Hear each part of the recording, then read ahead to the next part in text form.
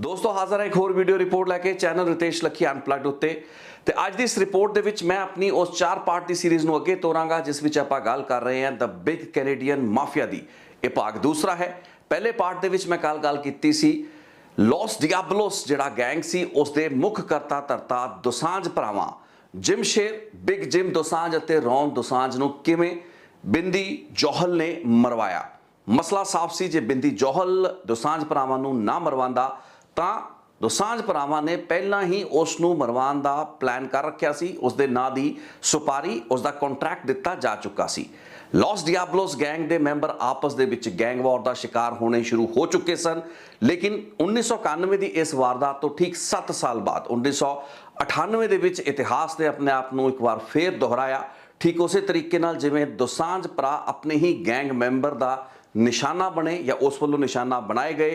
बिंदी जौहल नूं भी उसी दे एक सबऑर्डिनेट जिसका नाम सी बल बुट्टर उसने हिटमैन के जरिए हिट स्क्वाड के जरिए पैलेडियम ना दे एक नाइट क्लब दे विच बहुत ही क्लोज रेंज तो गोली मरवा के उसका कतल करवा दिता।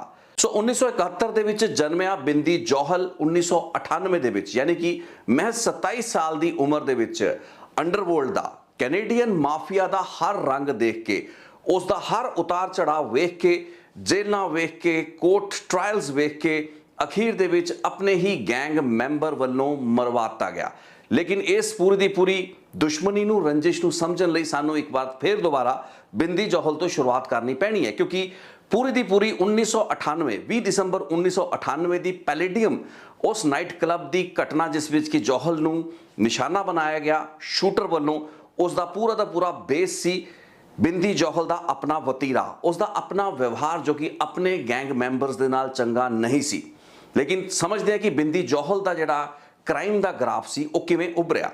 1971 दे विच दस्सिया जांदा कि बिंदी जौहल का जन्म पंजाब विच हुंदा है ते 1975 दे विच इसदा पूरा दा पूरा परिवार कैनेडा दे विच जाके वसन लग पिया। वैसे पढ़ाई विच चंगा बिंदी जौहल अपने स्कूल के दिनों में कुछ अजिही माड़ी कंपनी का शिकार होया जिस तहत कि उसनूं ड्रग की जिहड़ी समगलिंग सी उस दे विच बहुत ही घट उम्र तो इन्वॉल्व कर लिया गया सी। इस तरीके की गतिविधियां की जानकारी स्कूल प्रबंधन नूं मिली तो बिंदी जौहल नूं सद्दिया गया। वाइस प्रिंसीपल ने जदों थोड़ी जी सख्ती बिंदी जौहल नाल कीती उस तो इस बारे पुछगिछ करने की कोशिश की तो बिंदी जौहल जो कि टैंपरामेंटली अपने आप नूं कंट्रोल नहीं सी कर पा रहा बचपन तो लैके जवानी तक उसने अपने गुस्से उत्ते काबू नहीं सी रखिया। उसने बहुत ही शुरुआती स्टेज के उत्ते अपना आपा खोता ते अपने वाइस प्रिंसीपल के ढिड दे विच लत्त मार के उसनूं अस्पताल पहुँचाता। इस तो बाद स्कूल दे विच उसनूं कढ़ता गया। अगले स्कूल दे विच उसनूं एडमिशन दी गई जिथे फिर उहदा झगड़ा होया ते उसने अपने एक टीचर की कार का जिहड़ा शीशा सी उसनूं गुस्से विच आके तोड़ दिता। काफ़ी औखे सौखे होके बिंदी जौहल ने अपना हाई स्कूल पूरा किया। इस तो बाद कॉलेज में एडमिशन मिल गई लेकिन एक सेमेस्टर करन तो बाद अपनी पढ़ाई लिखाई नूं बिंदी जौहल अगे कंटिन्यू नहीं कर पाया। यही समा सी जिस वक्त उसकी मुलाकात फैजल डीन नाम के एक होर शख्स के नाल हुंदी है जिसने उसनूं लॉस डियाबलोस गैंग दे विच इंट्रोड्यूस कराया जिसके करता धरता दोसांझ बंधु सन यानी कि उन्हां दा अपना पूरा दा पूरा जोर चलदा सी इस गैंग उत्ते। दोसांझ भरावां दा जदों काम थल्ले गया यानी कि जिम शेर दोसांझ जदों उसनूं जेल हुंदी है कोलंबियन कार्टेल दे एक हैंडलर नूं मारन दे केस दे विच जिहदा मैं जिक्र कल दी रिपोर्ट विच कीता सी उस तो बाद अपने एक होर साथी रोमन मान दे नाल रल के बिंदी जौहल ने अपना कामकाज अलग पद्धर ते तोड़ लिया जिस चीज़ का गुस्सा रॉन दोसांझ नूं भी सी। लेकिन बिंदी जौहल का ज्यादा नुकसान रॉन दोसांझ चाहदिया होया भी नहीं कर पाया क्योंकि उसका भरा जिम्मी जौहल जेल के अंदर सी उसका ट्रायल शुरू होने वाला सी।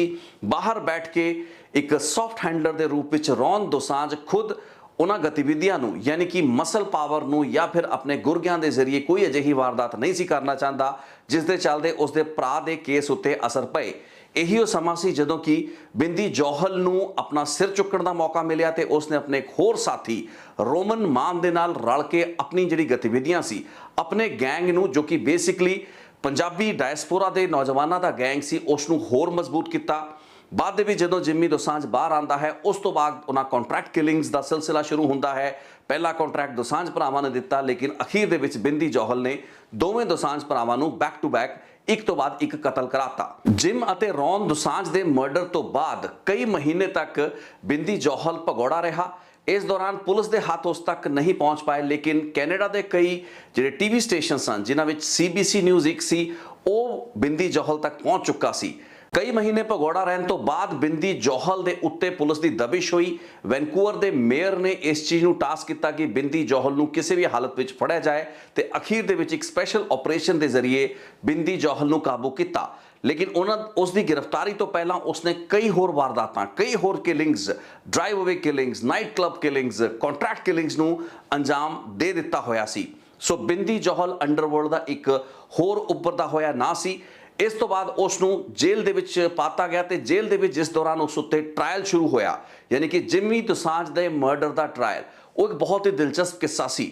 इस केस दे विच बिंदी जौहल दे नाल 3 होर एक्यूज सन, जिन्हां विचों एक उसका बहुत ही करीबी ते उसका एक रिश्तेदार सी पीटर गिल।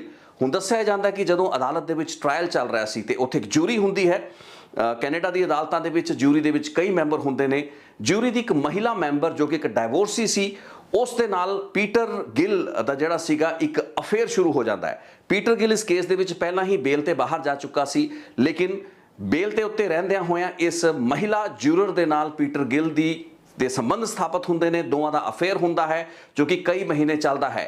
8 या 9 महीने इस ट्रायल के चलन तो बाद अखीर दे विच जदों जिमी दोसांझ ट्रायल का फैसला आया, उस दे विच बिंदी जौहल ते होर सारे दे सारे एक्यूज नूं दोषमुक्त करता गया, यानी कि बरी करता गया।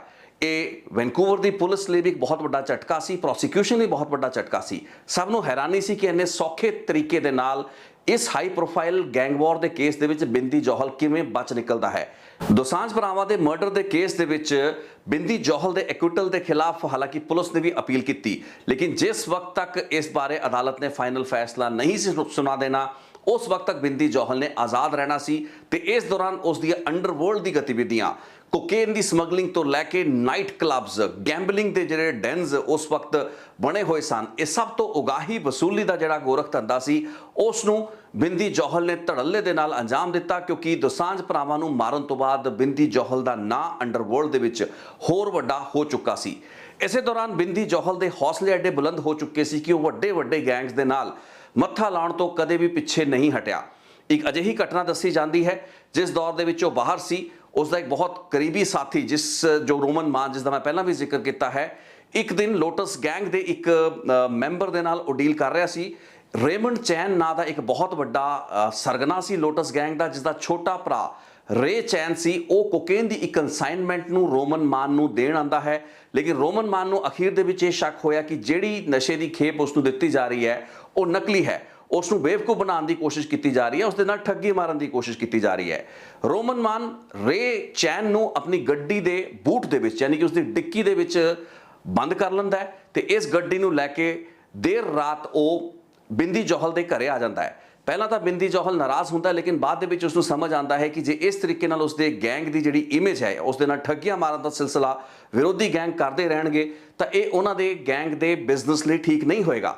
सो पूरी रात, अगला दिन ते अगली रात तकरीबन 56 घंटे उसे गड्डी दी बूट दे विच, डिक्की दे विच रे चैन, जो कि लोटस गैंग दे मेन गैंगस्टर रेमंड चैन का छोटा भरा हुंदा है, उसनूं गड्डी दे बूट विच बंद करके बिंदी जौहल कैनेडा ते वैनकूवर लोअर मेनलैंड के इलाके विच घूमदा रहा। इस दौरान वो लोटस गैंग दे नाल नैगोशिएट करता रहा ते अखीर दे विच, हालांकि इस चीज़ की पूरी जानकारी वैनकूवर ते लोअर मेनलैंड की पुलिस को भी मिल गई, लेकिन 56 घंटे की नैगोशिएशन तो बाद 5 किलो कोकेन लैके उस रे चैन नूं छड्डिया गया। बिंदी जौहल नूं इस तो बाद गिरफ्तार कर लिया गया। बिंदी जौहल दोबारा जेल विच पहुंच गया क्योंकि जिहड़ा रे चैन की रिहाई सी वो पब्लिक डोमेन दे विच होई, पुलिस दीयां गड्डियां ने उसनूं फॉलो किया। बेशक अखीर दे विच 5 किलो जिहड़ी कोकेन सी उसनूं लैण दे विच बिंदी जौहल कामयाब रहा, लेकिन पुलिस ने उसनूं गिरफ्तार कर लिया ते दोबारा चार्ज करके उसनूं जेल विच पाता गया। जेल की अपनी इसे स्टिंट के दौरान, यानी कि उस वक्त जदों कि बिंदी जौहल जेल दे विच कुछ महीनों लई गया, उसे दौरान उसकी मुलाकात हुंदी है बल बुट्टर दे नाल। बल बुट्टर जो कि छोटी मोटी चोरियां, थैफ्ट्स के केस सी, ज़्यादा से ज़्यादा एक अद्धी आर्म्ड रॉबरी का छोटा मोटा उस उत्ते केस सी, जिस तो बाद कि उसनूं भी जेल दे विच बंद किया गया सी ते जेल दे विच एक ही सैल दे विच बिंदी जौहल अते बल बुट्टर इकट्ठे सन। दोवां नूं एक दूसरे दे नाल चंगी समझ बनाउण दा मौका भी मिलिया ते बल बुट्टर बिंदी जौहल नूं पसंद आ गया।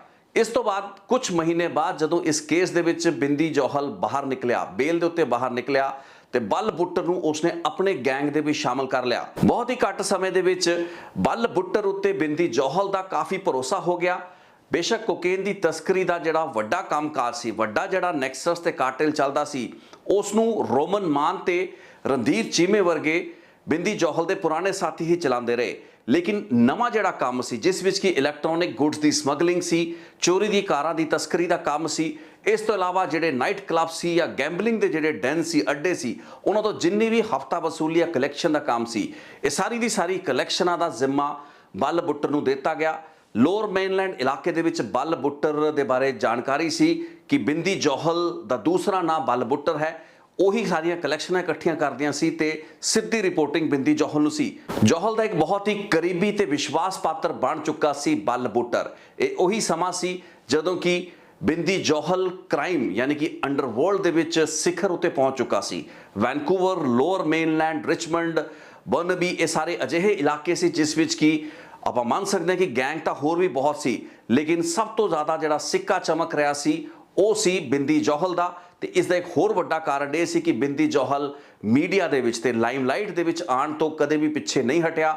ਟੀਵੀ ਚੈਨਲਾਂ ਦੇ ਸਟੂਡੀਓ ਦੇ ਵਿੱਚ ਖੁਦ ਜਾ ਕੇ ਉਸਨੇ ਇੰਟਰਵਿਊਜ਼ ਦਿੱਤੀਆਂ।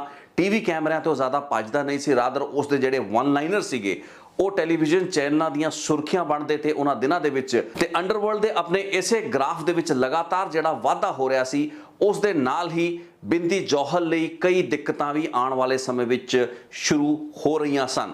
ਸਭ ਤੋਂ ਵੱਡੀ ਦਿੱਕਤ ਸੀ ਉਸ ਦਾ ਆਪਣਾ ਵਿਵਹਾਰ, ਆਪਣਾ ਵਤੀਰਾ, ਆਪਣਾ ਕੰਡਕਟ, ਆਪਣੇ ਸਾਥੀਆਂ ਦੇ ਪ੍ਰਤੀ, ਆਪਣੇ ਗੈਂਗ ਦੇ ਮੈਂਬਰਾਂ ਦੇ ਪ੍ਰਤੀ ਉਸ ਦੀ ਜਿਹੜੀ ਬੇਵਿਸ਼ਵਾਸੀ ਸੀ, ਭਰੋਸੇ ਦੀ ਜਿਹੜੀ ਘਾਟ ਸੀ, ਉਸਨੇ ਇੱਕ ਬਹੁਤ ਵੱਡਾ ਨੁਕਸਾਨ ਇਸ ਗੈਂਗ ਦਾ ਕੀਤਾ। ਬਿੰਦੀ ਜੌਹਲ ਨੇ ਬਹੁਤ ਸੇ ਅਜਿਹੇ ਆਪਣੇ ਨਾਲ ਦੇ ਸਾਥੀਆਂ ਨੂੰ ਇਸ ਸ਼ੱਕ ਦੇ ਚੱਲਦਿਆਂ ਹੋਇਆ ਮਰਵਾਤਾ, ਐਲੀਮੀਨੇਟ ਕਰਵਾਤਾ, ਉਹਨਾਂ ਦੇ ਉੱਤੇ ਹਮਲੇ ਕਰਵਾਏ, ਮਾਰਨ ਦੀਆਂ ਕੋਸ਼ਿਸ਼ਾਂ ਕੀਤੀਆਂ, ਕਿਉਂਕਿ ਉਸ ਨੂੰ ਸ਼ੱਕ ਸੀ ਕਿ ਉਸਦੇ ਵਿਰੋਧੀ ਗੈਂਗਸ ਦੇ ਨਾਲ ਉਸਦੇ ਆਪਣੇ ਕਰੀਬੀ ਸਾਥੀ ਮਿਲ ਚੁੱਕੇ ਹੋਣਗੇ। ਯਾਨੀ ਕਿ ਜਿਸ ਤਰੀਕੇ ਦੀ ਡਬਲ ਕ੍ਰਾਸਿੰਗ ਉਹ ਦੋਸਾਂਝ ਭਰਾਵਾਂ ਦੇ ਨਾਲ ਕਰ ਚੁੱਕਾ ਸੀ, ਉਵੇਂ ਉਸ ਨੂੰ ਹਮੇਸ਼ਾ ਹੀ ਡਰ ਰਹਿੰਦਾ ਸੀ, ਇਨਸਿਕਿਉਰਿਟੀ ਬਹੁਤ ਵੱਡੀ ਸੀ ਕਿ ਉਸਦੇ ਨਾਲ ਦੇ ਜਿਹੜੇ ਮੈਂਬਰ ਹੈਗੇ ਨੇ ਉਹ ਕਿਤੇ ਉਸ ਨੂੰ ਡਬਲ ਕ੍ਰਾਸ ਨਾ ਕਰ ਜਾਣ। ਅੰਡਰਵਰਲਡ ਦੇ ਵਿੱਚ ਹਰ ਵਕਤ ਸਿਰ ਦੇ ਉੱਤੇ ਮੰਡਰਾਉਣ ਵਾਲਾ ਖਤਰਾ, ਆਪਣੇ ਹੀ ਕਰੀਬੀ ਮੈਂਬਰਾਂ ਦੇ ਉੱਤੇ ਸ਼ੱਕ, ਕਿਸੇ ਵੀ ਸਮੇਂ ਦੇ ਉੱਤੇ ਆਪਣੇ ਹੀ ਕਿਸੇ ਖਾਸ ਬੰਦੇ ਵੱਲੋਂ ਹਮਲੇ ਦਾ ਡਰ, ਇਹ तमाम ਚੀਜ਼ਾਂ ਸਨ ਜਿਨ੍ਹਾਂ ਨੇ ਕਿ ਆਪਣੀ ਜ਼ਿੰਦਗੀ ਦੇ ਉਸਦੇ ਆਖਰੀ ਸਾਲ, 27 ਸਾਲ ਦੀ ਕੀ ਉਮਰ ਹੁੰਦੀ ਹੈ ਤੁਸੀਂ ਅੰਦਾਜ਼ਾ ਲਗਾ ਸਕਦੇ ਹੋ, ਲੇਕਿਨ ਤਕਰੀਬਨ 24, 25, 26, 27 ਇਹ 3-4 ਸਾਲ ਅਜਿਹੇ ਸਾਲ ਸਨ ਜਿਸ ਦੌਰਾਨ ਉਹਨੇ ਅੰਡਰਵਰਲਡ ਦੇ ਵਿੱਚ ਦਬਾ ਕੇ ਕੰਮ ਕੀਤਾ, ਦਬਾ ਕੇ ਉਸਨੇ ਪੈਸਾ ਕਮਾਇਆ, ਇੱਕ ਅਲੱਗ ਹੀ ਲੈਵਲ ਉਸਨੇ ਹਾਸਲ ਕੀਤਾ। ਲੇਕਿਨ ਇਸੇ ਦੌਰ ਦੇ ਵਿੱਚ ਉਸ ਦਾ ਇੱਕ ਅੰਦਰ ਦਾ ਕੰਪਲੈਕਸ ਸੀ ਜੋ ਕਿ ਉਸ ਨੂੰ ਲਗਾਤਾਰ ਖੋਖਲਾ ਕਰ ਚੁੱਕਾ ਸੀ। ਇਹੀ ਕਾਰਨ ਸੀ ਕਿ ਉਸ ਦੇ ਆਪਣੇ ਮੈਂਬਰ, ਉਸ ਦੇ ਆਪਣੇ ਸਾਥੀ, ਪੁਰਾਣੇ ਸਾਥੀ ਜਾਂ ਤਾਂ ਉਸ ਦਾ ਨਿਸ਼ਾਨਾ ਬਣ ਗਏ ਜਾਂ ਫਿਰ ਉਸ ਦੇ ਗੈਂਗ ਨੂੰ ਛੱਡ ਕੇ ਚਲੇ ਗਏ। ਇਹ ਸਭ ਦੇ ਚੱਲਦਿਆਂ ਅਜਿਹੇ ਵਿੱਚ ਇੱਕ ਅਜਿਹੀ ਘਟਨਾ ਦਾ ਵੀ ਜ਼ਿਕਰ ਆਂਦਾ ਹੈ ਜਿਸ ਤੋਂ ਕਿ ਬਿੰਦੀ ਜੌਹਲ ਦੀ ਜਿਹੜੀ ਮਾਨਸਿਕਤਾ, ਜਿਸ ਦੇ ਕਾਰਨ ਉਸ ਦੇ ਦੁਸ਼ਮਣ ਅਖੀਰ ਦੇ ਵਿੱਚ ਉਸ ਦੇ ਆਪਣੇ ਸਾਥੀ ਹੀ ਬਣ ਗਏ, ਉਹ ਜ਼ਾਹਰ ਹੁੰਦੀ ਹੈ। ਉਹ ਹੁੰਦਾ ਹੈ ਇੱਕ ਨਾਈਟ ਕਲੱਬ ਦੇ ਵਿੱਚ ਜਦੋਂ ਬੱਲ ਬੁੱਟਰ ਜਿਹੜਾ ਹੁੰਦਾ ਹੈ ਇੱਕ ਹੋਰ ਆਪਣੇ ਬਚਪਨ ਦੇ ਸਾਥੀ ਡੈਰਿਕ ਦੇ ਨਾਲ ਪਾਰਟੀ ਕਰ ਰਿਹਾ ਹੁੰਦਾ ਹੈ, ਜਿੱਥੋਂ ਕਿ ਕਾਲ ਲਗਾਈ ਜਾਂਦੀ ਹੈ ਬਿੰਦੀ ਜੌਹਲ ਨੂੰ, ਉਸ ਨੂੰ ਇਹ ਪੇਸ਼ਕਸ਼ ਕੀਤੀ ਜਾਂਦੀ ਹੈ ਕਿ ਇਸ ਨਾਈਟ ਕਲੱਬ ਦੇ ਵਿੱਚ ਉਹ ਵੀ ਆਏ ਤੇ ਪਾਰਟੀ ਕਰੇ। ਬਿੰਦੀ ਜੌਹਲ ਕਹਿੰਦਾ ਕਿ ਉਹ ਪਾਰਟੀ ਨਹੀਂ ਕਰਨਾ ਚਾਹੁੰਦਾ, ਲੇਕਿਨ ਖਾਦੀ ਪੀਦੀ ਦੇ ਵਿੱਚ, ਥੋੜੇ ਜਿਹੇ ਨਸ਼ੇ ਦੇ ਵਿੱਚ ਡੈਰਿਕ ਹੁੰਦਾ ਤੇ ਉਹ ਇੱਕ ਟੌਂਟ ਮਾਰਦਾ ਹੈ। ਉਹ ਕਹਿੰਦਾ ਕਿ ਤੂੰ ਤਾਂ ਇੱਕ ਨਿਆਣੇ ਵਾਂਗ ਹੈ ਤੇ ਤੈਨੂੰ ਤਾਂ ਸ਼ਾਇਦ ਇੱਥੇ ਜਿਹੜੇ ਕਲੱਬ ਦੇ ਬਾਉਂਸਰ ਹੀ ਅੰਦਰ ਨਾ ਵੜਨ ਦੇਣ। ਇਸ ਗੱਲ ਨੂੰ ਬਿੰਦੀ ਜੌਹਲ ਮਨ ਨੂੰ ਲਾ ਲੈਂਦਾ ਹੈ। ਥੋੜੀ ਦੇਰ ਬਾਅਦ ਜਦੋਂ ਡੈਰਿਕ ਦੇ ਨਾਲ ਬੱਲ ਬੁੱਟਰ ਵਾਪਸ ਆਂਦਾ ਹੈ ਤਾਂ ਉੱਥੇ ਰੋਮਨ ਮਾਨ ਜਿਹੜਾ ਹੁੰਦਾ ਹੈ ਤੇ ਉਸ ਦੇ ਨਾਲ ਬਿੰਦੀ ਜੌਹਲ ਇੰਤਜ਼ਾਰ ਕਰ ਰਹੇ ਹੁੰਦੇ ਨੇ। ਦੇਰ ਰਾਤ ਹੋ ਚੁੱਕੀ ਹੁੰਦੀ ਹੈ ਲੇਕਿਨ ਉਹ ਲੋਕ ਜਾਗ ਰਹੇ ਹੁੰਦੇ ਨੇ। ਉਸੇ ਗੱਡੀ ਦੇ ਵਿੱਚ ਬੈਠ ਕੇ ਡੈਰਿਕ ਤੇ ਬੱਲ ਬੁੱਟਰ ਨੂੰ ਲੈ ਕੇ ਜਾਂਦੇ ਨੇ, ਇੱਕ ਪੁਲ ਦੇ ਨੇੜੇ ਉਤਰਦੇ ਨੇ, ਨਦੀ ਦੇ ਨੇੜੇ ਜਾ ਕੇ ਡੈਰਿਕ ਨੂੰ ਬਿੰਦੀ ਜੌਹਲ ਵੱਲੋਂ ਸਿਰ ਉੱਤੇ ਗੋਲੀ ਮਾਰਤੀ ਜਾਂਦੀ ਹੈ, ਉਸ ਦਾ ਮਰਡਰ ਕਰਤਾ ਜਾਂਦਾ ਹੈ। ਹੁਣ ਡੈਰਿਕ ਜਿਹੜਾ ਹੁੰਦਾ ਹੈ ਬੱਲ ਬੁੱਟਰ ਦਾ ਬਚਪਨ ਦਾ ਇੱਕ ਸਾਥੀ ਹੁੰਦਾ ਹੈ, ਚਾਈਲਡਹੁੱਡ ਫਰੈਂਡ ਹੁੰਦਾ ਹੈ। ਉਸ ਤੋਂ ਬਾਅਦ ਕੈਲੀ ਜਿਹੜਾ ਬੁੱਟਰ ਹੁੰਦਾ ਹੈ, ਬੱਲ ਬੁੱਟਰ ਦਾ ਭਰਾ, ਉਸ ਦੇ ਨਾਲ ਇਸ ਡੈਰਿਕ ਦੀ ਬਹੁਤ ਸਾਂਝ ਹੁੰਦੀ ਹੈ। ਲੇਕਿਨ ਨਸ਼ੇ ਵਿੱਚ ਹੋਣ ਕਾਰਨ ਉਸ ਮੌਕੇ ਦੇ ਉੱਤੇ ਬੱਲ ਬੁੱਟਰ ਨਾ ਤਾਂ ਚੁਣੌਤੀ ਦਿੰਦਾ ਹੈ, ਨਾ ਹੀ ਡੈਰਿਕ ਨੂੰ ਬਚਾਉਣ ਦੀ ਕੋਈ ਕੋਸ਼ਿਸ਼ ਕਰਦਾ ਹੈ। ਉਸ ਨੂੰ ਇਹ ਵੀ ਆਈਡੀਆ ਹੁੰਦਾ ਹੈ ਕਿ ਜੇ ਉਹ ਜ਼ਿਆਦਾ ਇਸ ਤਰੀਕੇ ਦੇ ਨਾਲ ਰੈਜ਼ਿਸਟ ਕਰੇਗਾ ਤਾਂ ਸ਼ਾਇਦ ਉਸ ਨੂੰ ਵੀ ਗੋਲੀ ਦਾ ਨਿਸ਼ਾਨਾ ਬਿੰਦੀ ਜੌਹਲ ਬਣਾ ਸਕਦਾ ਹੈ। ਸੋ ਬਿੰਦੀ ਜੌਹਲ ਇੱਕ ਕਾਫੀ ਸਨਕ ਦਾ ਵੀ ਸ਼ਿਕਾਰ ਸੀ ਜੋ ਕਿ ਇਸ ਤਰੀਕੇ ਦੀਆਂ ਛੋਟੀਆਂ-ਛੋਟੀਆਂ ਵਾਰਦਾਤਾਂ ਦੇ ਵਿੱਚ ਉਸ ਵੱਲੋਂ ਕਿਸ ਤਰੀਕੇ ਨਾਲ ਆਪਣੇ ਹੀ ਸਾਥੀਆਂ ਤੇ ਉਹਨਾਂ ਦੇ ਕਰੀਬੀਆਂ ਨੂੰ ਮਰਵਾਇਆ ਗਿਆ, ਉਹ ਸਾਰੀਆਂ ਗੱਲਾਂ ਬਾਤਾਂ ਉੱਭਰ ਕੇ ਸਾਹਮਣੇ ਆਉਂਦੀਆਂ ਸਨ। ਗੁਰਿੰਦਰ ਖੁਨਖੁਨ ਇੱਕ ਹੋਰ ਸਾਥੀ ਸੀ, ਇੱਕ ਸੰਜੇ ਨਾਰਾਇਣ ਨਾਂ ਦਾ ਇੱਕ ਕੇਸ ਦਾ ਵਿਟਨੈਸ ਸੀ, ਜਿਸ ਨੂੰ ਦੱਸਿਆ ਜਾਂਦਾ ਹੈ ਕਿ ਇੱਕ ਡੈਮ ਦੇ ਉੱਤੇ ਲਿਜਾ ਕੇ ਤਕਰੀਬਨ 300-400 ਫੁੱਟ ਤੋਂ ਉੱਤੋਂ ਸਿੱਟਤਾ ਗਿਆ।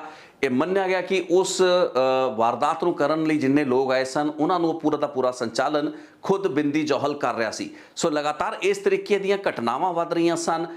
ਇੱਕ ਫਿਰ ਅਜਿਹੀ ਘਟਨਾ ਹੋਈ ਜਿਸ ਵਿੱਚ ਕਿ ਬਿੰਦੀ ਜੌਹਲ ਦਾ ਆਪਣਾ ਸਭ ਤੋਂ ਪੁਰਾਣਾ ਤੇ ਖਾਸ ਜਿਹੜਾ ਉਸਦਾ ਸਾਥੀ ਸੀ ਰੋਮਨ ਮਾਨ, ਉਸ ਦੀ ਹੀ ਹੱਤਿਆ ਕਰਤੀ ਗਈ। ਇਸ ਹੱਤਿਆ ਤੋਂ ਇੱਕ ਦਿਨ ਪਹਿਲਾਂ ਹੈਲਸ ਐਂਜਲ ਨਾਂ ਦਾ ਇੱਕ ਹੋਰ ਗੈਂਗ ਹੁੰਦਾ ਹੈ ਜਿਸ ਦੇ ਨਾਲ ਮਿਲਣ ਤੇ ਕੋਈ ਕੰਸਾਈਨਮੈਂਟ ਡਿਸਕਸ ਕਰਨ, ਕੋਕੇਨ ਦੀ ਕੋਈ ਡਰੱਗਸ ਦੀ ਸਮਗਲਿੰਗ ਦੇ ਨਾਲ ਜੁੜੀ ਹੋਈ ਕੰਸਾਈਨਮੈਂਟ ਡਿਸਕਸ ਕਰਨ 3 ਲੋਕ ਜਾਂਦੇ ਨੇ। ਬਿੰਦੀ ਜੌਹਲ ਹੁੰਦਾ ਹੈ, ਰੋਮਨ ਮਾਨ ਹੁੰਦਾ ਹੈ ਤੇ ਬਲ ਬੁੱਟਰ ਹੁੰਦਾ ਹੈ। ਲੇਕਿਨ ਇਹ ਦੱਸਿਆ ਜਾਂਦਾ ਹੈ ਕਿ ਹੈਲਸ ਐਂਜਲ ਵੱਲ ਦੇ ਜਿਹੜੇ ਕਰਤਾ ਧਰਤਾ ਹੁੰਦੇ ਨੇ ਉਹ ਕਈ ਘੰਟਿਆਂ ਤੱਕ ਇਹਨਾਂ ਸਭ ਨੂੰ ਆਪਣੇ ਦਫ਼ਤਰ ਦੇ ਬਾਹਰ ਬਿਠਾ ਕੇ ਰੱਖਦੇ ਨੇ ਤੇ ਅਖੀਰ ਦੇ ਵਿੱਚ ਮੁਲਾਕਾਤ ਵੀ ਨਹੀਂ ਕਰਦੇ। ਜਿਸ ਤੋਂ ਬਾਅਦ ਬਲ ਬੁੱਟਰ ਗੁੱਸੇ ਵਿੱਚ ਆ ਜਾਂਦਾ ਹੈ ਤੇ ਬਲ ਬੁੱਟਰ ਹਵਾ ਦੇ ਵਿੱਚ ਕਈ ਉੱਥੇ ਗੋਲੀਆਂ ਚਲਾਉਂਦਾ ਹੈ। ਅਗਲੇ ਦਿਨ ਅਖਬਾਰਾਂ ਦੀ ਸੁਰਖੀਆਂ ਇਹ ਪੂਰੀ ਦੀ ਪੂਰੀ ਖਬਰ ਬਣਦੀ ਹੈ। ਇਸ ਘਟਨਾ ਤੋਂ ਇੱਕ ਦਿਨ ਬਾਅਦ ਰੋਮਨ ਮਾਨ ਦੀ ਲਾਸ਼ ਇੱਕ ਯਾਰਡ ਤੋਂ ਮਿਲਦੀ ਹੈ ਜਿਸ ਵਿੱਚ ਕਿ ਇਹ ਪਤਾ ਲੱਗਦਾ ਹੈ ਕਿ ਰੋਮਨ ਮਾਨ ਨੂੰ ਵੀ ਗੋਲੀ ਮਾਰਤੀ ਗਈ। ਇਸ ਤੋਂ ਬਾਅਦ ਜਦੋਂ ਬਲ ਬੁੱਟਰ ਫੋਨ ਲਾਉਂਦਾ ਹੈ, ਬਿੰਦੀ ਜੌਹਲ ਨੂੰ ਫੋਨ ਡਾਇਲ ਕਰਦਾ ਹੈ ਤੇ ਬਿੰਦੀ ਜੌਹਲ ਨੂੰ ਉਹ ਪੁੱਛਦਾ ਹੈ ਕਿ ਆਖਿਰ ਕੀ ਹੋਇਆ, ਰੋਮਨ ਮਾਨ ਦੀ ਹੱਤਿਆ ਕਿਸਨੇ ਕਰਾਈ, ਕਿਵੇਂ ਹੋਇਆ। ਉਸ ਤੋਂ ਬਾਅਦ ਜਿਹੜਾ ਜਵਾਬ ਬਲ ਬੁੱਟਰ ਨੂੰ ਮਿਲਦਾ ਹੈ ਉਹ ਇਹ ਹੁੰਦਾ ਹੈ ਕਿ ਇਸ ਨੂੰ ਵੀ ਤੁਸੀਂ ਹੈਲ ਐਂਜਲਸ ਦੇ ਨਾਂ ਦੇ ਉੱਤੇ ਮੜ ਦਿਓ, ਯਾਨੀ ਕਿ ਉਹਨਾਂ ਨੂੰ ਬਲੇਮ ਕਰ ਦਿਓ। ਇਸ ਤੋਂ ਕਾਫੀ ਹੱਦ ਤੱਕ ਬਲ ਬੁੱਟਰ ਨੂੰ ਅੰਦਾਜ਼ਾ ਲੱਗ ਜਾਂਦਾ ਹੈ ਕਿ ਜਿਸ ਤਰੀਕੇ ਨਾਲ ਬਿੰਦੀ ਜੌਹਲ ਆਪਣੇ ਨਾਲ ਦੇ ਵੀ ਸਾਥੀਆਂ ਉੱਤੇ ਸ਼ੱਕ ਕਰ ਰਿਹਾ, ਲਗਾਤਾਰ ਉਹਨਾਂ ਦੀ ਨੀਅਤ ਉੱਤੇ ਸ਼ੱਕ ਕਰ ਰਿਹਾ ਹੈ ਤੇ ਉਸੇ ਗੁੱਸੇ ਦੇ ਵਿੱਚ ਆ ਕੇ ਆਪਣੇ ਨੇੜਲੇ ਬੰਦਿਆਂ ਨੂੰ ਵੀ ਮਾਰੀ ਜਾ ਰਿਹਾ ਹੈ। ਕੱਲ ਨੂੰ ਉਸ ਨੂੰ ਵੀ ਇਸ ਦਾ ਨਿਸ਼ਾਨਾ ਬਣਾਇਆ ਜਾ ਸਕਦਾ ਹੈ। ਇਸ ਤੋਂ ਅਗਲੀ ਘਟਨਾ ਜੋ ਬਲ ਬੁੱਟਰ ਦੇ ਨਾਲ ਵਾਪਰਦੀ ਹੈ ਉਹ ਹੋਰ ਵੀ ਹੈਰਾਨ ਕਰ ਦੇਣ ਵਾਲੀ ਹੁੰਦੀ ਹੈ। ਇੱਕ ਰਾਤ ਜਦੋਂ ਇਕੱਠੇ ਘੁੰਮ ਫਿਰ ਰਹੇ ਹੁੰਦੇ ਨੇ, ਇੱਕ ਪਾਰਟੀ ਦੇ ਵਿੱਚ ਜਾ ਰਹੇ ਹੁੰਦੇ ਨੇ ਤਾਂ ਅਚਾਨਕ ਗੱਡੀ ਨੂੰ 180 ਡਿਗਰੀ ਐਂਗਲ ਦੇ ਉੱਤੇ ਘੁਮਾ ਲਿਆ ਜਾਂਦਾ ਹੈ। ਬਿੰਦੀ ਜੌਹਲ ਵੀਲ ਦੇ ਉੱਤੇ ਹੁੰਦਾ ਹੈ, ਉਹ ਇੱਕ ਦੂਸਰੀ ਡਾਇਰੈਕਸ਼ਨ ਦੇ ਵਿੱਚ ਬਹੁਤ ਹੀ ਤੇਜ਼ ਸਪੀਡ ਦੇ ਉੱਤੇ ਗੱਡੀ ਨੂੰ ਵਧਾਉਣਾ ਸ਼ੁਰੂ ਕਰ ਦਿੰਦਾ ਹੈ। ਇਸ ਦੌਰਾਨ ਮੌਕੇ ਦੀ ਜਿਹੜੀ ਪੁਲਿਸ ਹੁੰਦੀ ਹੈ ਉਸ ਵੱਲੋਂ ਇਸ ਗੱਡੀ ਦੀ ਇਸ ਮੂਵਮੈਂਟ ਨੂੰ ਨੋਟਿਸ ਕਰਕੇ ਇਸ ਦਾ ਪਿੱਛਾ ਕੀਤਾ ਜਾਂਦਾ ਹੈ ਤੇ ਅਖੀਰ ਦੇ ਵਿੱਚ ਇਸ ਨੂੰ ਇੰਟਰਸੈਪਟ ਕਰਕੇ ਰੋਕ ਲਿਆ ਜਾਂਦਾ ਹੈ। ਬਿੰਦੀ ਜੌਹਲ ਕੋਲ ਉਸ ਵਕਤ ਇੱਕ ਰਿਵਾਲਵਰ ਹੁੰਦਾ ਹੈ ਜੋ ਕਿ ਆਖਰੀ ਮੌਕੇ ਦੇ ਉੱਤੇ ਉਹ ਬਲ ਬੁੱਟਰ ਨੂੰ ਦੇ ਦਿੰਦਾ ਹੈ। ਹੁਣ ਬਲ ਬੁੱਟਰ ਲਈ ਇੱਕ ਬਹੁਤ ਵੱਡਾ ਸ਼ੌਕ ਵੀ ਹੁੰਦਾ ਹੈ ਕਿਉਂਕਿ ਬਿੰਦੀ ਜੌਹਲ ਜਦੋਂ ਵੀ ਕਿਸੇ ਪਬਲਿਕ ਪਲੇਸ ਦੇ ਉੱਤੇ ਜਾਂਦਾ ਹੁੰਦਾ ਹੈ ਉਹ ਕਦੇ ਵੀ ਆਪਣੇ ਕੋਲ ਹਥਿਆਰ ਨਹੀਂ ਰੱਖਦਾ ਹੁੰਦਾ। ਜੇ ਕਿਸੇ ਵੀ ਸੂਰਤ ਵਿੱਚ ਉਹ ਆਪਣੇ ਕੋਲ ਹਥਿਆਰ ਰੱਖਦਾ ਹੁੰਦਾ ਹੈ ਤਾਂ ਇਸ ਚੀਜ਼ ਦਾ ਉਸ ਦੇ ਆਲੇ ਦੁਆਲੇ ਦੇ ਲੋਕਾਂ ਨੂੰ ਅਕਸਰ ਪਤਾ ਹੁੰਦਾ ਹੈ, ਜਿਨ੍ਹਾਂ ਵਿੱਚੋਂ ਬਲ ਬੁੱਟਰ ਵੀ ਇੱਕ ਹੁੰਦਾ ਹੈ। ਸੋ ਬਲ ਬੁੱਟਰ ਨੂੰ ਇਸ ਚੀਜ਼ ਦਾ ਅੰਦਾਜ਼ਾ ਨਹੀਂ ਹੁੰਦਾ ਕਿ ਉਸ ਵਕਤ ਇਹ ਜਿਹੜੀ ਪਿਸਤੌਲ ਸੀ ਬਿੰਦੀ ਜੌਹਲ ਕੋਲ ਸੀ। ਲੇਕਿਨ ਪੁਲਿਸ ਵੱਲੋਂ ਜਦੋਂ ਇੰਟਰਸੈਪਟ ਕੀਤਾ ਜਾਂਦਾ ਹੈ ਤੇ ਉਸ ਪਿਸਤੌਲ ਨੂੰ ਵੇਖ ਲਿਆ ਜਾਂਦਾ ਹੈ ਬਲ ਬੁੱਟਰ ਕੋਲ। ਉਸ ਤੋਂ ਬਾਅਦ ਬਿੰਦੀ ਜੌਹਲ ਬਲ ਬੁੱਟਰ ਨੂੰ ਇਹ ਕਹਿੰਦਾ ਹੈ ਕਿ ਇਹ ਪਿਸਤੌਲ ਦੀ ਜਿਹੜੀ ਕਸਟਡੀ ਹੈ ਉਸ ਨੂੰ ਉਹ ਆਪਣੇ ਸਿਰ ਲੈ ਲੇ, ਨਹੀਂ ਤਾਂ ਬਿੰਦੀ ਜੌਹਲ ਨੂੰ ਦੁਬਾਰਾ ਜੇਲ੍ਹ ਵਿੱਚ ਜਾਣਾ ਪਏਗਾ, ਕਈ ਮਹੀਨੇ ਜੇਲ੍ਹ ਵਿੱਚ ਕੱਟਣੇ ਪੈਣਗੇ ਤੇ ਉਹ ਨਹੀਂ ਕਰ ਸਕਦਾ। ਇਸ ਤੋਂ ਬਾਅਦ ਬਲ ਬੁੱਟਰ ਉਸ ਪਿਸਤੌਲ ਦੀ ਜਿਹੜੀ ਕਸਟਡੀ ਹੈ ਉਹ ਖੁਦ ਕਬੂਲ ਕਰਦਾ ਹੈ, ਜਿਸ ਤੋਂ ਬਾਅਦ ਕਿ ਬਲ ਬੁੱਟਰ ਨੂੰ ਜੇਲ੍ਹ ਦੇ ਵਿੱਚ ਭੇਜਤਾ ਜਾਂਦਾ ਹੈ। ਲੇਕਿਨ ਬਾਅਦ ਦੇ ਵਿੱਚ ਆਫਟਰ ਥਾਟ ਦੇ ਰੂਪ ਵਿੱਚ ਬਲ ਬੁੱਟਰ ਦੇ ਜ਼ਿਹਨ ਵਿੱਚ ਇਹ ਆਉਂਦਾ ਹੈ ਕਿ ਇਹ ਜਿਹੜੀ ਪਿਸਤੌਲ ਸੀ ਉਸ ਦਿਨ ਬਿੰਦੀ ਜੌਹਲ ਕੋਲ ਕਿਸ ਕਾਰਨ ਤੋਂ ਸੀ। ਬਿੰਦੀ ਜੌਹਲ ਪਿਸਤੌਲ ਉਸੇ ਸਥਿਤੀ ਦੇ ਵਿੱਚ ਰੱਖਦਾ ਸੀ ਜਦੋਂ ਉਸਨੇ ਕੋਈ ਵਾਰਦਾਤ ਕਰਨੀ ਹੁੰਦੀ ਸੀ। ਅਕਸਰ ਉਹ ਬਿਨਾਂ ਕਿਸੇ ਵੈਪਨ ਦੇ ਟਰੈਵਲ ਕਰਿਆ ਕਰਦਾ ਸੀ। ਸੋ ਇੱਕ ਬਹੁਤ ਵੱਡੀ ਗੱਲਬਾਤ ਸੀ ਜੋ ਕਿ ਬਲ ਬੁੱਟਰ ਦੇ ਜ਼ਿਹਨ ਦੇ ਵਿੱਚ ਰਹੀ ਤੇ ਉਸ ਨੂੰ ਇਸ ਚੀਜ਼ ਦਾ ਪੂਰਾ ਸ਼ੱਕ ਸੀ ਕਿ ਉਸ ਰਾਤ ਜੇ ਪੁਲਿਸ ਉਹਨਾਂ ਨੂੰ ਇੰਟਰਸੈਪਟ ਨਾ ਕਰਦੀ, ਉਹ ਲੋਕ ਫੜੇ ਨਾ ਜਾਂਦੇ, ਤਾਂ ਜਿਸ ਤਰੀਕੇ ਨਾਲ ਆਪਣੇ ਡਾਂਸ ਕਲੱਬ ਵੱਲ ਜਾਂ ਨਾਈਟ ਕਲੱਬ ਵੱਲ ਜਾਣ ਦੀ ਬਜਾਏ ਇੱਕ ਵੱਖਰੀ ਡਾਇਰੈਕਸ਼ਨ ਦੇ ਵਿੱਚ ਹਾਈ ਸਪੀਡ ਦੇ ਉੱਤੇ ਗੱਡੀ ਲੈ ਕੇ ਬਿੰਦੀ ਜੌਹਲ ਨਿਕਲਿਆ। ਉਸ ਕੋਲ ਇੱਕ ਰਿਵਾਲਵਰ ਸੀ, ਉਸਨੇ ਬਲ ਬੁੱਟਰ ਨੂੰ ਉਸ ਰਾਤ ਨੂੰ ਮਾਰ ਦੇਣਾ ਸੀ। ਸੋ ਇਹ ਖਿਆਲ ਨੂੰ ਲੈ ਕੇ ਹੀ ਬਲ ਬੁੱਟਰ ਜੇਲ੍ਹ ਦੇ ਵਿੱਚ ਜਾਂਦਾ ਹੈ। ਇੱਥੇ ਦੱਸ ਦਵਾਂ ਕਿ ਬਿੰਦੀ ਜੌਹਲ ਦੀ ਇੱਕ ਹਿੱਟ ਸਕੁਆਡ ਸੀ ਜਿਸ ਦਾ ਨਾਮ ਸੀ ਐਲੀਟ। ਇਸ ਦੇ ਵਿੱਚ ਦੱਸਿਆ ਜਾਂਦਾ ਕਿ 5 ਜਾਂ 6 ਅਜਿਹੇ ਹਿਟਮੈਨ ਸਨ ਜੋ ਕਿ ਪਰਸਨਲ ਬੈਕ ਐਂਡ ਕਾਲ ਤੇ ਸੀ। ਤਕਰੀਬਨ 10 ਤੋਂ 15 ਹਜ਼ਾਰ ਡਾਲਰ ਇਹਨਾਂ ਨੂੰ ਦਿੱਤਾ ਜਾਂਦਾ ਸੀ ਇੱਕ ਮਰਡਰ ਕਰਨ ਦਾ, ਤੇ ਬਹੁਤ ਸੀ ਜਿਹੜੇ ਕਤਲ ਤੇ ਅਜਿਹੀਆਂ ਟਾਰਗੇਟਿਡ ਕਿਲਿੰਗਸ ਹੋਈਆਂ ਜੋ ਕਿ ਬਿੰਦੀ ਜੌਹਲ ਵੱਲੋਂ ਕਰਵਾਈਆਂ ਗਈਆਂ, ਉਹ ਇਸੇ ਐਲੀਟ ਦੇ ਮੈਂਬਰਾਂ ਨੇ, ਇਸੇ ਹਿੱਟ ਸਕੁਆਡ ਨੇ ਕੀਤੀਆਂ। ਇਸੇ ਹਿੱਟ ਸਕੁਆਡ ਦਾ ਇੱਕ ਅਹਿਮ ਹਿੱਸਾ ਬਲ ਬੁੱਟਰ ਵੀ ਸੀ ਤੇ ਅਖੀਰ ਦੇ ਵਿੱਚ ਬਲ ਬੁੱਟਰ ਨੇ ਜੇਲ੍ਹ ਦੇ ਵਿੱਚੋਂ ਬੈਠ ਕੇ ਇਸੇ ਹਿੱਟ ਸਕੁਆਡ ਦੇ ਇੱਕ ਮੈਂਬਰ ਨੂੰ ਚੁਣਿਆ। ਉਸ ਨੂੰ 20,000 ਡਾਲਰ ਦੇ ਆਸ-ਪਾਸ ਦੱਸਿਆ ਜਾਂਦਾ ਕਿ ਅਮਾਉਂਟ ਦਿੱਤਾ ਗਿਆ, ਜਿਸ ਤੋਂ ਬਾਅਦ ਕਿ ਟਾਸਕ ਉਸ ਦਾ ਇਹ ਸੀ ਕਿ ਬਿੰਦੀ ਜੌਹਲ ਨੂੰ ਮਾਰਨਾ ਹੈ। ਅਖੀਰ ਦੇ ਵਿੱਚ 20 ਦਸੰਬਰ 1998 ਨੂੰ ਪੈਲੇਡੀਅਮ ਨਾਂ ਦਾ ਇੱਕ ਨਾਈਟ ਕਲੱਬ ਸੀ ਜਿੱਥੇ ਕਿ ਇੱਕ ਬਹੁਤ ਸ਼ਾਨਦਾਰ ਪਾਰਟੀ ਚੱਲ ਰਹੀ ਸੀ। ਤਕਰੀਬਨ 350-400 ਲੋਕ ਉਸ ਵਕਤ ਉੱਥੇ ਰਹੇ ਹੋਣਗੇ। ਉਸ ਦੌਰਾਨ ਇਸੇ ਹਿੱਟ ਸਕੁਆਡ ਦੇ ਇੱਕ ਬੰਦੇ ਨੇ ਆ ਕੇ ਬਹੁਤ ਹੀ ਕਲੋਜ਼ ਰੇਂਜ ਤੋਂ ਸਿਰ ਦੇ ਪਿੱਛੋਂ ਦੀ ਬਿੰਦੀ ਜੌਹਲ ਨੂੰ ਗੋਲੀ ਮਾਰੀ ਤੇ ਗੋਲੀ ਲੱਗਦਿਆਂ ਹੀ ਉਸ ਪੈਲੇਡੀਅਮ ਨਾਂ ਦੇ ਨਾਈਟ ਕਲੱਬ ਦੇ ਵਿੱਚ ਹਲਚਲ ਤਾਂ ਮਚੀ, ਲੇਕਿਨ ਇਹਨਾਂ ਲੋਕਾਂ ਦੇ ਵਿੱਚੋਂ ਕਿਸੇ ਨੇ ਵੀ ਉਸ ਹੱਤਿਆਰੇ ਨੂੰ, ਉਸ ਹਿਟਮੈਨ ਨੂੰ ਨਾ ਤਾਂ ਆਇਡੈਂਟੀਫਾਈ ਕੀਤਾ, ਨਾ ਪਛਾਣਿਆ ਤੇ ਨਾ ਹੀ ਅੱਜ ਤੱਕ ਉਸ ਦੀ ਪਛਾਣ ਹੋ ਪਾਈ ਹੈ। ਲੇਕਿਨ ਇਸ ਘਟਨਾ ਤੋਂ ਕਈ ਸਾਲ ਬਾਅਦ ਜਦੋਂ ਬੱਲ ਬੁੱਟਰ ਬਾਹਰ ਆ ਚੁੱਕਾ ਸੀ, 2001 ਆਉਂਦਿਆਂ ਬੱਲ ਬੁੱਟਰ ਦੇ ਉੱਤੇ ਵੀ ਇੱਕ ਬੜਾ ਘਾਤਕ ਹਮਲਾ ਹੋਇਆ, ਜਿਸ ਵਿੱਚ ਕਿ ਉਸ ਦੇ ਸਿਰ ਦੇ ਉੱਤੇ 2 ਗੋਲੀਆਂ ਉਸ ਦੇ ਵਿਰੋਧੀ ਗੈਂਗਸ ਨੇ ਮਾਰੀਆਂ। ਕਿਉਂਕਿ ਬਿੰਦੀ ਜੌਹਲ ਜੋ ਕਿ 20 ਦਸੰਬਰ 1998 ਨੂੰ ਮਾਰਿਆ ਗਿਆ ਸੀ, ਉਸ ਤੋਂ ਬਾਅਦ ਇਹ ਗੈਂਗ ਕਈ ਅਲੱਗ-ਅਲੱਗ ਟੁਕੜਿਆਂ ਵਿੱਚ ਵੰਡਿਆ ਗਿਆ, ਜਿਸ ਵਿੱਚੋਂ ਇੱਕ ਬੁੱਟਰ ਗੈਂਗ ਅਲੱਗ ਹੀ ਲੈਵਲ ਤੇ ਆਪਰੇਟ ਕਰ ਰਿਹਾ ਸੀ। ਹੁਣ ਬੁੱਟਰ ਗੈਂਗ ਦੇ ਵਿੱਚ 3 ਭਰਾ ਸੀ, ਮੰਨੀ, ਕੈਲੀ ਤੇ ਬੱਲ ਬੁੱਟਰ। ਸੋ ਬੱਲ ਬੁੱਟਰ ਇਸ ਗੈਂਗ ਨੂੰ ਲੀਡ ਕਰ ਰਿਹਾ ਸੀ, ਲੇਕਿਨ 2001 ਦੇ ਵਿੱਚ ਅਗਸਤ ਦੇ ਵਿੱਚ ਬੱਲ ਬੁੱਟਰ ਨੂੰ ਵੀ ਗੋਲੀਆਂ ਮਾਰਤੀਆਂ ਗਈਆਂ। ਇੱਕ ਪਾਰਲਰ ਦੇ ਵਿੱਚ ਉਹ ਜਦੋਂ ਆਪਣੀ ਵੈਕਸਿੰਗ ਕਰਾਉਣ ਜਾਂਦਾ ਹੈ ਤਾਂ ਉਸ ਵਕਤ ਉਸ ਦੇ ਸਾਥੀ ਨੂੰ ਮਾਰਤਾ ਜਾਂਦਾ ਹੈ ਤੇ ਉਸ ਦੇ ਸਿਰ ਤੇ 2 ਗੋਲੀਆਂ ਲੱਗੀਆਂ। ਇਹ ਫਾਇਰਿੰਗ ਕਾਫੀ ਖਤਰਨਾਕ ਸੀ। ਇਸ ਵਿੱਚ ਬੱਲ ਬੁੱਟਰ ਦੇ ਨਾਲ ਦੇ ਸਾਥੀ ਦੀ ਮੌਕੇ ਤੇ ਹੀ ਮੌਤ ਹੋ ਗਈ, ਲੇਕਿਨ ਬੱਲ ਬੁੱਟਰ ਸਿਰ ਦੇ ਵਿੱਚ 2 ਗੋਲੀਆਂ ਲੱਗਣ ਦੇ ਬਾਵਜੂਦ ਵੀ ਬਚ ਗਿਆ, ਲੇਕਿਨ ਉਸ ਦੀ ਅੱਖਾਂ ਦੀ ਰੋਸ਼ਨੀ ਜਾਂਦੀ ਰਹੀ। ਕੁਆਡਰਾਪਲੈਜਿਕ ਉਹ ਹੋ ਗਿਆ, ਯਾਨੀ ਕਿ ਪੂਰੀ ਬਚੀ ਹੋਈ ਉਮਰ ਲਈ ਉਹ ਹਸਪੀਟਲ ਦੇ ਬੈੱਡ ਦੇ ਉੱਤੇ ਸੀਮਿਤ ਰਿਹਾ ਤੇ ਇੱਕ ਰੀਹੈਬਿਲਿਟੇਸ਼ਨ ਸੈਂਟਰ ਦੇ ਵਿੱਚ ਉਹ ਆਉਣ ਵਾਲੀ ਆਪਣੀ ਜ਼ਿੰਦਗੀ ਦੇ 10 ਸਾਲ ਉਸਨੇ ਕੱਟੇ।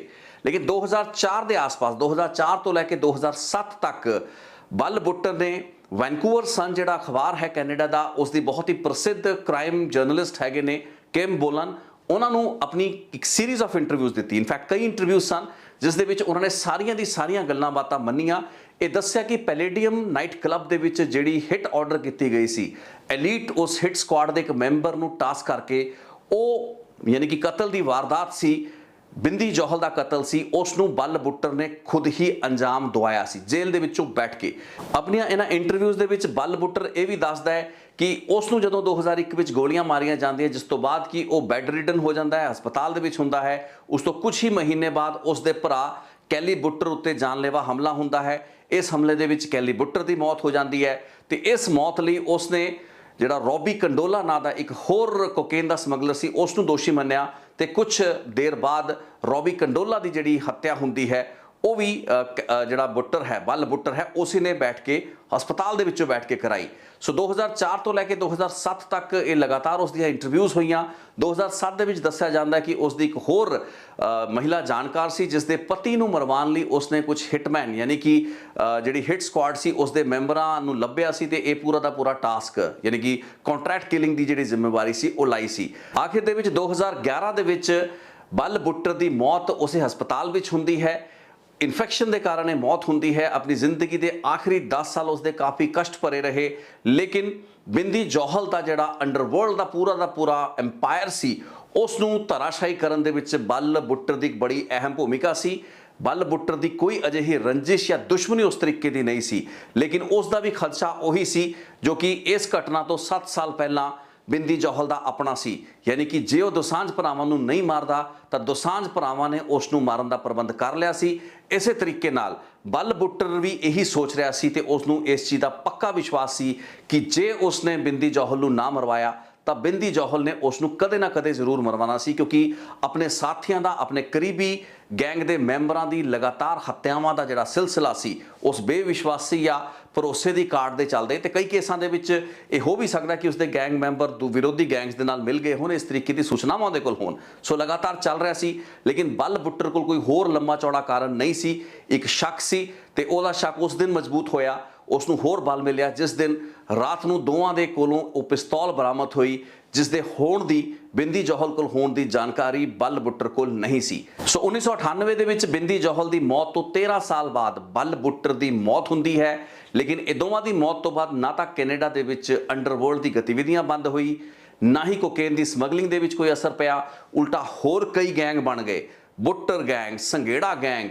ਤੇ ਅਗਲੀ ਜਿਹੜੀ ਰਿਪੋਰਟ ਹੋਏਗੀ ਉਸ ਦੇ ਵਿੱਚ ਮੈਂ ਤੁਹਾਨੂੰ ਪੂਰੇ ਦੇ ਪੂਰੇ ਗੈਂਗਸ ਦੀ ਅਲਾਈਨਮੈਂਟ ਬਾਰੇ ਦੱਸਾਂਗਾ ਤੇ ਇੱਕ ਹੋਰ ਪੰਜਾਬੀ, ਇੱਕ ਨੌਜਵਾਨ ਪੰਜਾਬੀ ਗੁਰਮੀਤ ਤੱਕ ਕਿਵੇਂ ਇੱਕ ਬਹੁਤ ਵੱਡੇ ਕਾਟਿਲ ਦਾ ਹਿੱਸਾ ਬਣਦਾ ਹੈ, ਕਿਵੇਂ ਗੁਰਮੀਤ ਤੱਕ, ਸੰਦੀਪ ਦੂੜੇ ਅਤੇ ਯੂਨਾਈਟਿਡ ਨੇਸ਼ਨਸ ਦਾ ਗੈਂਗ ਇੱਕ ਹੋਰ ਮਜ਼ਬੂਤ ਅਲਾਇੰਸ, ਵੁਲਫ ਪੈਕ ਅਲਾਇੰਸ ਦੇ ਸਾਹਮਣੇ ਆਉਣ ਵਾਲੇ ਸਾਲਾਂ ਦੇ ਵਿੱਚ ਇੱਕ ਬਲੜੀ ਜਿਹੜੀ ਲੜਾਈ ਹੈ, ਇੱਕ ਖੂਨੀ ਜਿਹੜਾ ਸੰਘਰਸ਼ ਹੈ ਉਸ ਨੂੰ ਲੜਦਾ ਹੈ ਕੈਨੇਡਾ ਦੀਆਂ ਸੜਕਾਂ ਦੇ ਉੱਤੇ। ਤੇ ਇਹ ਸਭ ਕੁਝ ਬ੍ਰਿਟਿਸ਼ ਕੋਲੰਬੀਆ, ਸਰੀ, ਬਰਨਬੀ, ਵੈਨਕੂਵਰ, ਲੋਅਰ ਮੇਨਲੈਂਡ ਦੇ ਇਲਾਕਿਆਂ ਵਿੱਚ ਹੁੰਦਾ ਹੈ। ਸੋ ਤੀਸਰੀ ਰਿਪੋਰਟ ਦੇ ਵਿੱਚ ਆਪਾਂ ਗੁਰਮੀਤ ਤੱਕ ਤੇ ਡੂੜੇ ਗੈਂਗ ਦੀ ਗੱਲ ਕਰਾਂਗੇ, ਯੂਨਾਈਟਿਡ ਨੇਸ਼ਨਸ ਤੇ ਵੁਲਫ ਪੈਕ ਗੈਂਗ ਦੀ ਆਪਸੀ ਦੁਸ਼ਮਣੀ ਦੀ ਗੱਲ ਕਰਾਂਗੇ।